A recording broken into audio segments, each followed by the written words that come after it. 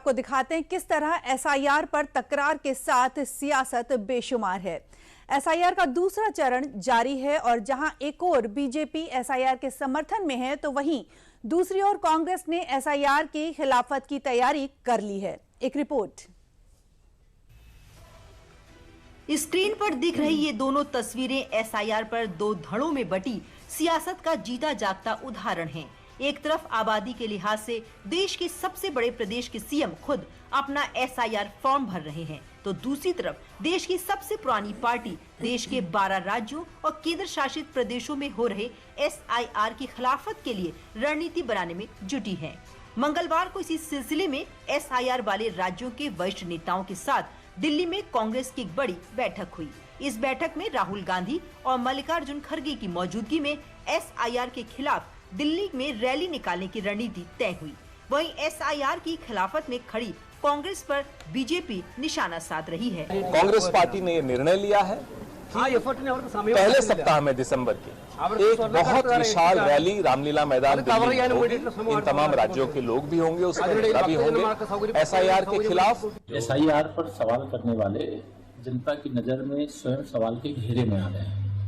मतदाता सूची के शुद्धिकरण का जो अभियान है वो लोकतंत्र की मजबूती के लिए पवित्र महायज्ञ है और इसमें जो बाधा डालने की कोशिश कर रहे हैं, जनता उनके राजनीतिक यात्रा पर बाधा डाल रही है। और बिहार चुनाव का जो परिणाम अभी शानदार आया है, एसआईआर के बाद आया है और एसआईआर के बाद वहाँ के मतदाताओं में खुशी की लहर है। एसआईआर को लेकर भले ही कुछ सियासी दल सवाल खड़े कर रहे हों, लेकिन चुनाव आयोग का कहना है कि ये पूरी तरह पारदर्शी और नियमों के अनुरूप प्रक्रिया है। यूपी में पहले फेज का एसआईआर जारी है। पहले फेज में एसआईआर में मतदाताओं को क्या करना है वो भी जान लीजिए। पहले बिहार, अब यूपी में जारी एसआईआर। 4 नवंबर से 4 दिसंबर तक पहले फेज का एसआईआर हो रहा है। राज्य में करीब 15 करोड़ 44 लाख से ज्यादा मतदाता हैं। सभी मतदाताओं को बीएलओ द्वारा गणना फॉर्म दिए जा रहे हैं। सभी मतदाताओं को फॉर्म में अपनी डिटेल भरनी है। फॉर्म भरने के लिए किसी दस्तावेज की आवश्यकता नहीं है। 18 वर्ष पूरे कर चुके नए मतदाताओं का नाम जुड़ेगा। मृत या स्थानांतरित मतदाताओं के नाम हटाए जाएंगे।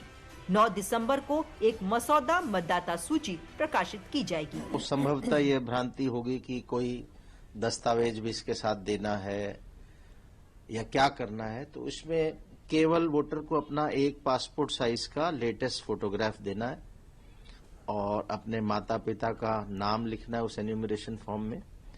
बाकी कुछ उसमें सूचनाएं और मांगी गई हैं, बड़ी आसान सी हैं। आपकी जन्म तिथि, आपका मोबाइल नंबर, आधार, वैकल्पिक है अगर देना चाहें तो पत्नी का नाम या पति का नाम अगर शादीशुदा है। यूपी समेत देश के 9 राज्यों और 3 केंद्र शासित प्रदेशों में एसआईआर का दूसरा चरण शुरू हो चुका है। वहीं एसआईआर के तहत पूरे देश में करीब 51 करोड़ वोटरों का वेरिफिकेशन होना है।